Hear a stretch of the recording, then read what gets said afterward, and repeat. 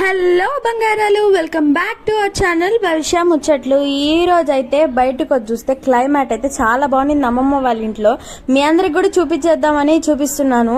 Climate చూడండి, ఇదైతే నిమ్మకాయల చెట్టు అనమాట. దానిపైన అయితే పిచ్చి చెట్టు అయితే ఫామ్ అయిపోయింది, కానీ నిమ్మకాయల చెట్ల నుంచి వచ్చే వాసన అయితే సూపర్ గా ఉంది అసలు.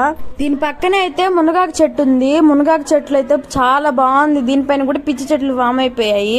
ఈ పిచ్చి చెట్లు పోవడానికి ఏమైనా సొల్యూషన్ ఉంటే చెప్పండి గాయస్.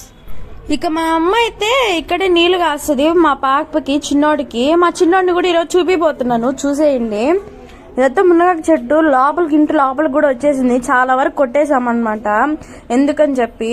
ఇదైనా చిన్న చెట్టే. ఇంకో చెట్టు ఉంది పక్కన, దాన్ని చూస్తే మునక్కాయలు ఉంటాయి. ఓ అమ్మ, అసలు టాప్ నాచ్ అసలు.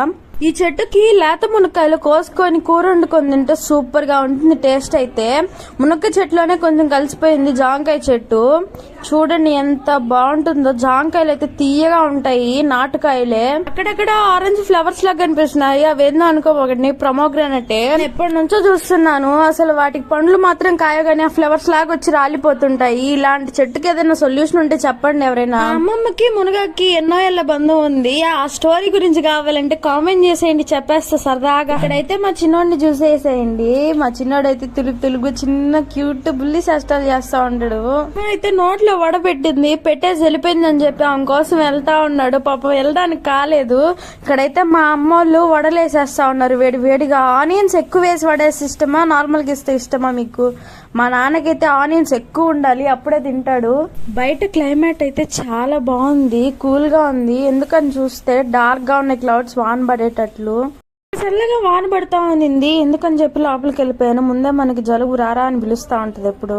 లోపలికి వచ్చి చూస్తే నానైతే ఖర్జూరం ప్యాకెట్ తో పోటీ పడతా ఉన్నాడు. దాని లోపల నుంచి ఒక్క కట్టి రాలేదు. కక్కా బాబా సినిమాకి వెళ్ళి వచ్చేటప్పుడు ఐస్ క్రీమ్ అయితే తెచ్చేశారు. ఇంకా అమ్మోళ్ళు వేసిన వడతో అయితే నేను ఐస్ క్రీమ్ తినేసాను. కసాటా ఐస్ క్రీమ్ ఫ్లేవర్ అయితే చాలా బాగుంది. నాకైతే ఐస్ క్రీమ్ ప్లస్ వడ అంటే చాలా ఇష్టం. టేస్ట్ కూడా చాలా బాగుంటుంది. ఎవరైనా టేస్ట్ చేసి ఎలా ఉందో చెప్పండి. మీకు కూడా ఈ ఫ్లేవర్ అయితే ఇష్టమైతే కామెంట్ చేసేయండి. అలా ఈ మిల్కీ టేస్ట్ తో క్రీమీగా అక్కడ క్రిస్పీ వడని అద్దుకొని తింటుంటే చాలా బాగుంది గాయ్స్.